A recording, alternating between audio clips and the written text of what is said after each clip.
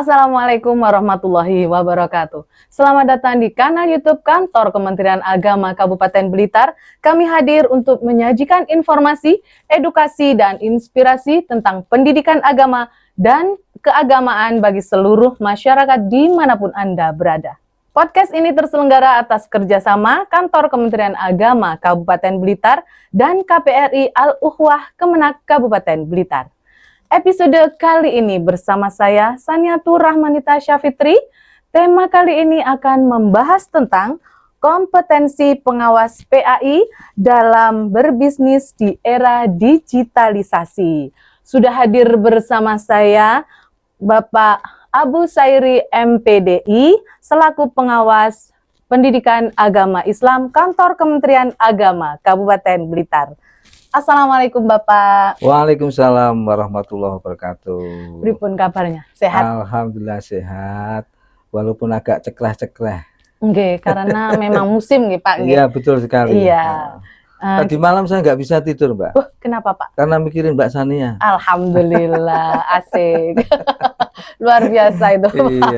Iya. Terngiang-ngiang nggih. Terngiang-ngiang karena batuk terus. Nggih. Iya. Gini Pak, untuk kali ini kan ini tentang kompetensi pengawas PAI dalam berbisnis di era digitalisasi. Nah, mungkin ada gambaran atau paparan sedikit tentang digitalisasi. Monggo Pak. Oke, siap. Digitalisasi bagi seorang pengawas, apalagi pengawas pendidikan agama Islam itu menurut saya untuk saat ini sangat penting dan dibutuhkan. Iya.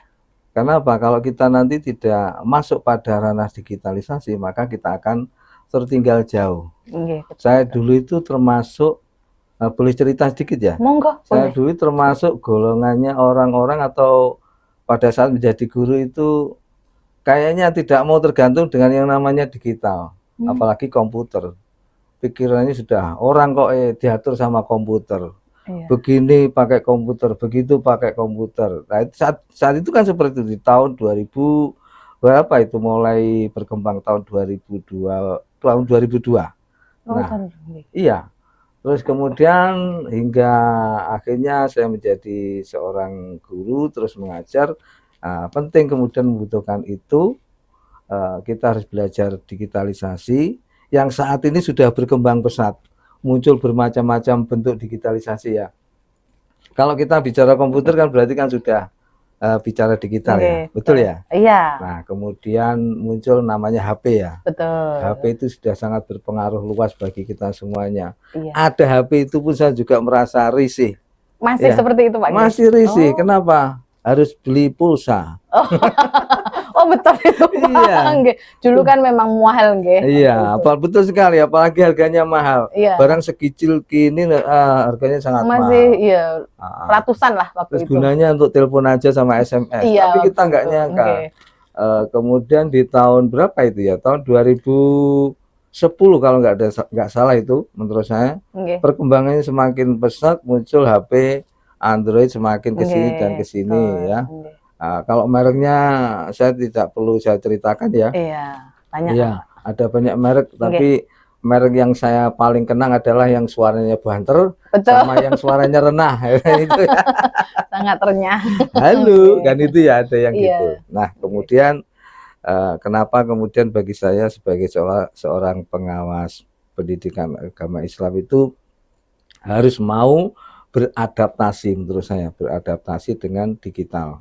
Karena mau tidak mau semua yang terkait dengan komunikasi itu maka tidak akan jauh, bahkan digitalisasi itu sangat dekat.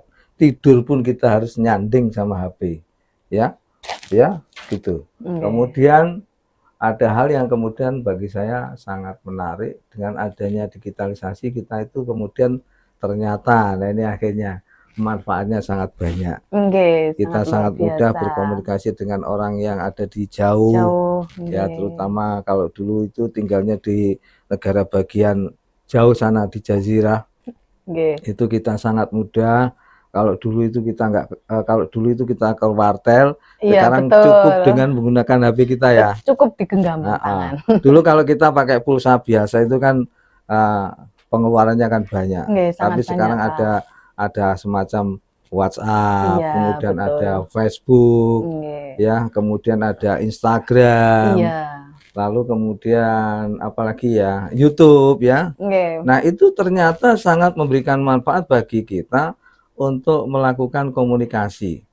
Terutama bagi saya yang saat ini sejak kecil, saya itu kan dididik oleh orang tua itu untuk mandiri ya, mandiri. Orang tua saya itu dulu pekerjaannya adalah kalau kita kenal itu jualan kelapa, pakai obrok gitu ya, Nggih, nggih. pakai obrok.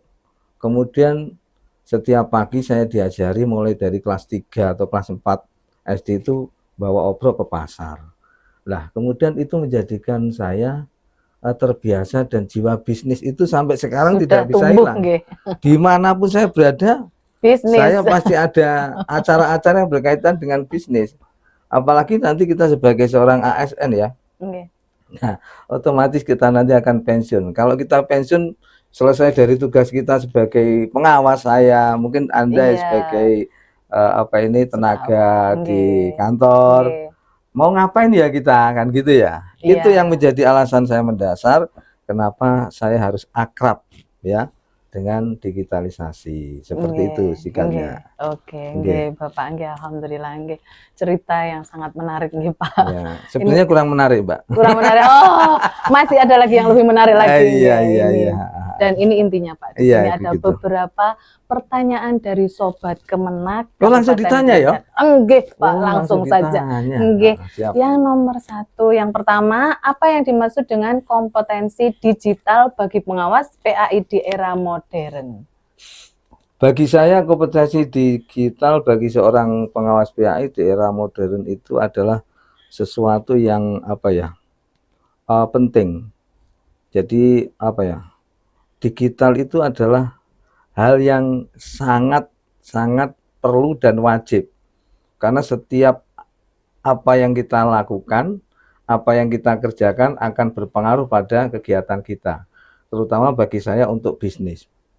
Bisnis tapi tidak bisnis yang terlalu besar atau terlalu muluk-muluk ya. Dan itu berpengaruh bagi saya sehingga teman-teman itu harus mau belajar tentang digital. Tidak hanya di bisnis tapi di pekerjaan ya. Jadi bagi saya tidak boleh ada seorang pengawas pendidikan agama Islam itu buta digital. Tidak boleh.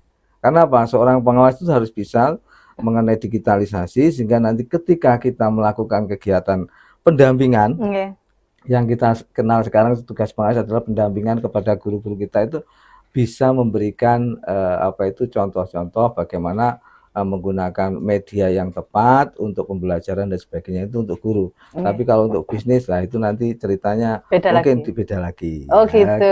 Baik, itu untuk pengawas kepada binaan, nggih. Iya. Memberikan contoh-contoh karena selama ini kan sampai sekarang itu digitalisasi itu kan semakin bertambah nggih, semakin berkembang nggih.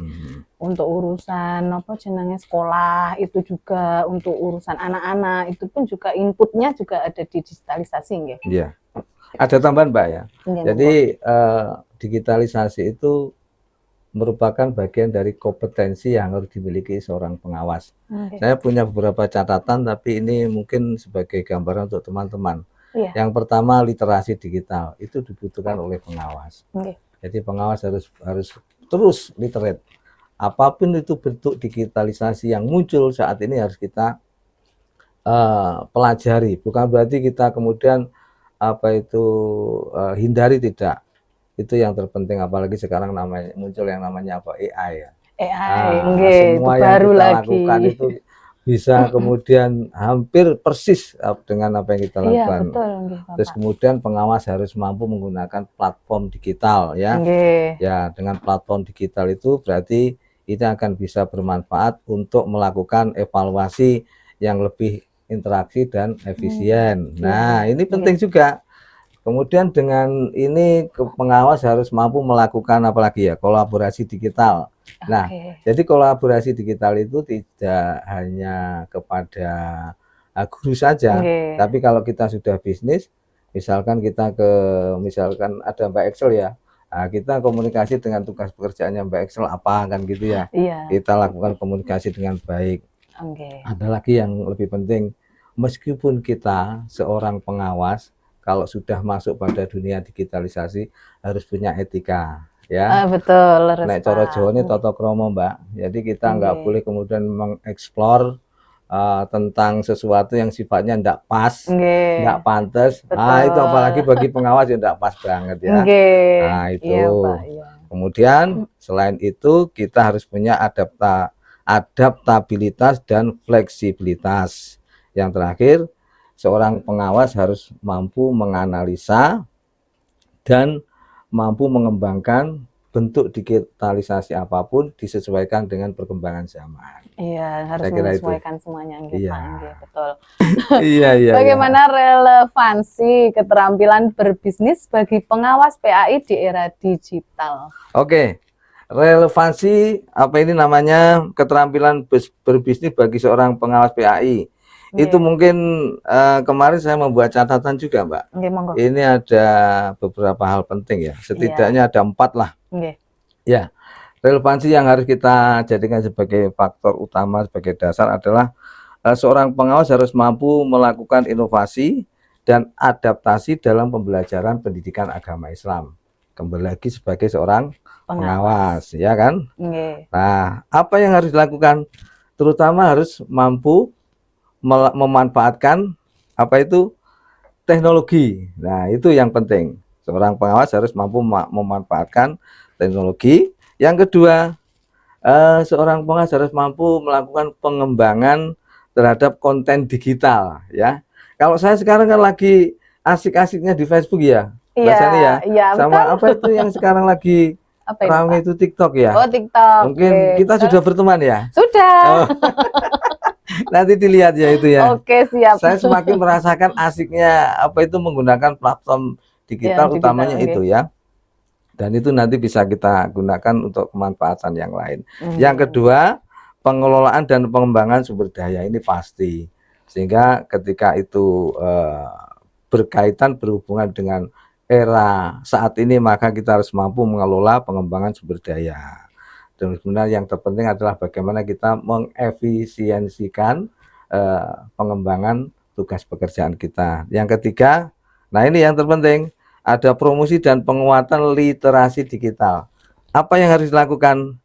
Branding dan pemasaran. Nah, saya sebagai seorang pengawas PAI, saya punya kompetensi yang lain di bidang selain di bidang pendidikan. Iya. Terutama mohon maaf ya. Mungkin perlu diceritakan enggak ya? Monggo enggak apa-apa sedikit. Ya. Boleh Saat ini kan dibocori. saya lagi asiknya di rumah itu setelah kegiatan tugas pekerjaan itu kan saya punya budidaya ikan. Oh iya. Ikan gurami, ikan koi, ikan patin ya. Dan ikan-ikan yang lainnya. Bukan ikan di dalam kolam saja kan. Itu kan lagu itu ya. Tapi benar-benar real. Nanti Mbak Sania sama teman-teman yang lain bisa datang ke tempat saya. Baik, terima kasih. Oke, yang keempat ya.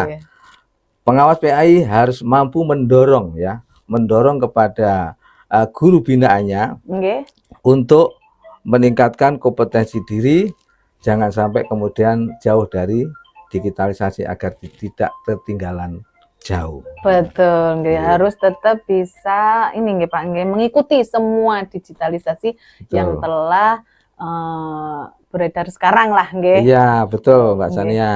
Soalnya takutnya nanti lebih gurunya nanti tanya kita nggak tahu. Iya, jadi kedua-duanya harus jalan Mbak Sania ya. Jadi kita nggak boleh fokus di luar pekerjaan kita, tetapi pekerjaan kita harus fokus. Yang penting saya itu kalau kita jam kerjanya itu setengah 8 ya, itu sampai jam 4 kita berusaha fokus di jam-jam itu untuk melaksanakan tugas pekerjaan. Bahkan kadang-kadang tugas pekerjaan saya yang tambahan ini kan namanya tambahan nih, termasuk tambahan. Itu terabaikan karena kadang-kadang kita itu sampai malam ya kan, kalau sudah kerjanya jauh ya. Ada Zoom. Ada Zoom. Saya rumahnya Wonodadi, kemudian ada kegiatan di mana itu di kota, bahkan di Kesamben. Kalau lumayan jauh ini. Jadi betul-betul kita harus fokus pada tugas pekerjaan. Tidak boleh kita mengabaikannya. Terima kasih. Terima kasih Bapak. Untuk selanjutnya, apa kompetensi utama yang harus dimiliki pengawas PAI untuk bisa beradaptasi dengan dunia bisnis digital? Oh, kompetensi utama yang harus dimiliki oleh pengawas PAI. Yang pasti saya kemarin itu mencoba menganalisa, itu ada 3 kompetensi yang harus dimiliki oleh seorang pengawas. Yang pertama, pengawas harus punya kompetensi digital, karena kita bicara digital ya. Betul. Yang kedua, kompetensi profesional dan pedagogis, ya. Yang ketiga adalah kompetensi kepribadian dan sosial. Nah, kompetensi digital sudah kita jelaskan tadi ya. Kita tidak boleh jauh dari itu, karena nanti kalau kita jauh pasti ketinggalan. Percuma kita hanya scroll-scroll, lihat-lihat saja, lihat-lihat berita-berita saja tanpa kemudian mencoba menjadi pemain di dalamnya, terutama di dalam dunia bisnis. Kompetensi profesional artinya adalah kita harus tetap fokus pada tugas pekerjaan, jangan mengabaikan tugas pengawas, karena kita punya guru sebagai apa itu namanya, seorang teman istilahnya. Kalau bagi saya guru saya anggap sebagai teman, atau bahkan lebih pada kolaborator untuk kita saling membantu, mengasah, asih dan asuh, meningkatkan kompetensi, saling tukar pikiran dan pengalaman. Yang ketiga, kepribadian. Pengawas PAI harus punya kepribadian yang baik. Ya, apapun itu, kalau kita terjun di dunia digitalisasi, jangan sampai kemudian kita over confident ya. Betul ya, over confident. Artinya kita ya pokoknya yang penting biasa-biasa saja, tapi kita harus mampu memunculkan brand brand kita sebagai apa. Kalau saya itu saya selalu katakan ketika ketemu dengan teman, salam S3, salam sambung seduluran selawase, seperti itu. Karena niatnya golek bolo. Leres Pak, untuk mencari saudara itu memang sulit. Betul Mbak Sania. Cari musuh itu gampang. Nah, gampang sekali. Ya. Oh, betul sekali. Iya, Pak. Lalu bagaimana etika religius menjadi landasan dalam berbisnis di era digital? Kalau bicara tentang etika religius sebagai seorang pengawas itu kan tentu harus punya etika religius. Yang pertama kita harus punya kejujuran dan transparansi ya. Kita harus berusaha jujur dan transparan apapun itu ya. Pokoknya kita bicara dunia bisnis. Jual ikan gurami kalau pasarannya 30.000 misalkan ya, kita jual 30.000 ngomongnya. Jangan kemudian kita kemarin sudah ditawar 30.000. Saya tidak boleh, atau sebaliknya sudah ditawar 40 padahal harga pasarnya 30. Ini kan tidak boleh seperti itu. Itu contoh kecil ya. Contoh kecil, kita harus jujur. Kemudian kalau kita mau memberikan servis, kita harus kasih servis yang benar-benar sesuai dengan kondisi atau keadaan barang yang kita berikan. Itu kita bicara masalah bisnisnya. Yang kedua, kita harus berkeadilan dan seimbang. Kita menjadi seorang pengawas harus adil terhadap diri kita sendiri, terutama saya. Jadi ketika kita punya tugas pekerjaan sebagai pengawas, kita harus adil, memberi semuanya kita berikan kepada Bapak Ibu guru sesuai dengan yang kita miliki, kemampuan kita. Kalau sudah bicara bisnis, apa yang kita miliki kita tularkan. Yang ketiga, kita punya tanggung jawab sosial ya. Ya, tanggung jawab sosial itu kita berarti dilihat oleh orang banyak, masyarakat. Maka kita harus berhati-hati, menjaga diri ya, tetap konsisten dengan keadaan kita. Yang keempat, kita harus menghindari praktek terlarang ya. Kita dilihat oleh orang banyak. Mosok pengawas PAI melakukan kecurangan dalam berbisnis. Nah, ini juga nanti pastinya imbasnya akan kemana-mana. Mbak Sania juga akan kena imbasnya itu nanti. Gitu Pak. Termasuk Mbak Excel itu akan kena imbasnya itu ya Mbak ya. Yang terakhir, kita harus mampu melakukan perlindungan privasi kita. Kita harus private, artinya apa? Kita harus mampu menjaga diri kita sebagai seorang pengawas, yang kemudian ketika orang mengenal saya sebagai Pak Abu Sairi, orangnya memang aslinya seperti ini, bukan orang lain. Saya kira jadi diri sendiri. Saya kira seperti Jadilah itu, Mbak diri Sina. sendiri Ah, ah. dimanapun kita berada. Ngoten nggih, Oke, Pak, siap. nggih. Iya. Nah, Nggih, Bapak. Selanjutnya, bagaimana cara menjaga profesionalitas sebagai pengawas PAI sekaligus menjadi pelaku bisnis digital? Jadi dua real lah istilahnya. menjaga profesional pengawas PAI sebagai pelaku digital ya. Nggih. Ya, menjaga profesional seorang pengawas itu adalah kita harus terus mau belajar dan belajar. Karena keprofesionalan kita tidak akan semakin berkembang, tidak akan bisa tetap terjaga ketika kita tidak mau belajar atau melek digital. melek digital. Yang kedua tadi apa tadi? Menjadi pelaku bisnis digital. Menjadi pelaku bisnis. Apalagi kemudian kita terjun di dunia Nah, bisnis. itu nggih biasanya kan agak keteter nggih biasanya. Iya, kita harus mampu membagi waktu, Nah, Mbak. itu Penting. Pokoknya yang penting tugas utamaku mungkin apa? Tugas utama saya itu apa? Kalau saya sebagai tugas utama di saat masih aktif menjadi apalagi saya sekarang masih aktif menjadi seorang ASN ya, saya harus fokus di sana, tidak boleh kemudian mengabaikan.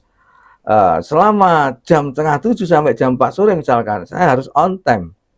Ketika mungkin barangkali ditelepon oleh pimpinan atau atasan, apalagi Bapak Kepala, harus siap ready. Saya kira itu yang mungkin bisa saya sampaikan sedikit seperti itu. Kayak apa? Rel super lah, berjajar dan berirama gitu. Betul sekali. Kanan kiri selalu bersamaan lah. Selanjutnya, apa peran penting bagi pengawas PAI agar kompetensi bisnis digital bisa menjadi nilai tambah tanpa mengurangi tugas pembinaan pendidikan agama? Ya, oke. Yang pertama adalah ini. Saya ingin menyampaikan pesan kepada teman-teman semuanya, juga mungkin kepada Mbak Sena yang mungkin mau terjun ke dunia ini. Pertama, kita harus mampu mengelola dan mengakses ya informasi secara efektif. Itu penting. Jadi kalau kita ingin mengembangkan itu penting kita harus bisa mengelola benar-benar dengan cara yang baik dan efektif. Yang kedua, penting kita harus memperluas jangkauan dan jaringan. Penting ini ya. Mana bisa kita itu punya pengembangan usaha, lalu kemudian orang mengetahui ya, dan kemudian mereka ingin bahasanya mengkonsumsi. Kalau kita tidak punya jangkauan dan jaringan, salah satunya saya mau menggunakan Facebook gitu ya, Pak. Facebook ya, TikTok. Mungkin Mbak Sania juga gitu ya. Iya. Terus TikTok saya gunakan sebagai media promosi. Nah, gitu. Kemudian yang ketiga adalah inovasi dan adaptasi teknologi. Jadi, yang pasti kita menggunakan Facebook ataupun termasuk YouTube. YouTube saya masih Mbak, masih jauh karena YouTube membutuhkan subscribernya itu harus waktu banyak. yang cukup. Tapi kalau Facebook sama TikTok ini saya sepertinya agak bisa mengikuti ya, kayaknya cocok gitu ya. Apalagi nanti kalau saya live sambil nyanyi, kemudian ada ikan di depannya, saya pakai promosi, mungkin asik luar biasa asik gitu. Saya kira Bapak mungkin itu masukan yang keren itu, dicoba aja Pak. Iya, oke siap Pak. Yang terakhir banget ini Pak, sangat terakhir. Boleh. Boleh nanti ditambah sama pantun. Oke. Pesan penting bagi pengawas PAI agar kompetensi bisnis digital bisa menjadi nilai tambah tanpa mengurangi tugas tadi, ditambah lagi nggih Pak nggih. Pesannya pesan-pesan lagi. Untuk sobat Kemenak juga monggo. Oke, siap ya. Pesan-pesan yang paling saya harapkan atau penting bagi saya utamanya ya. Ini saya juga tadi sudah saya siapkan juga. Yang pertama adalah kita harus memprioritaskan itu yang namanya substansi agama. Apapun itu yang kita lakukan, kita itu adalah seorang yang beragama. Bisnis juga harus berhati-hati menggunakan agama sebagai landasan agar kita tidak terlalu jauh kemana-mana ya.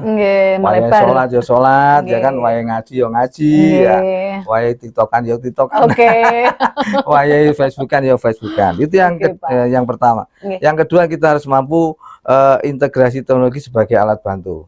Ya, artinya apa?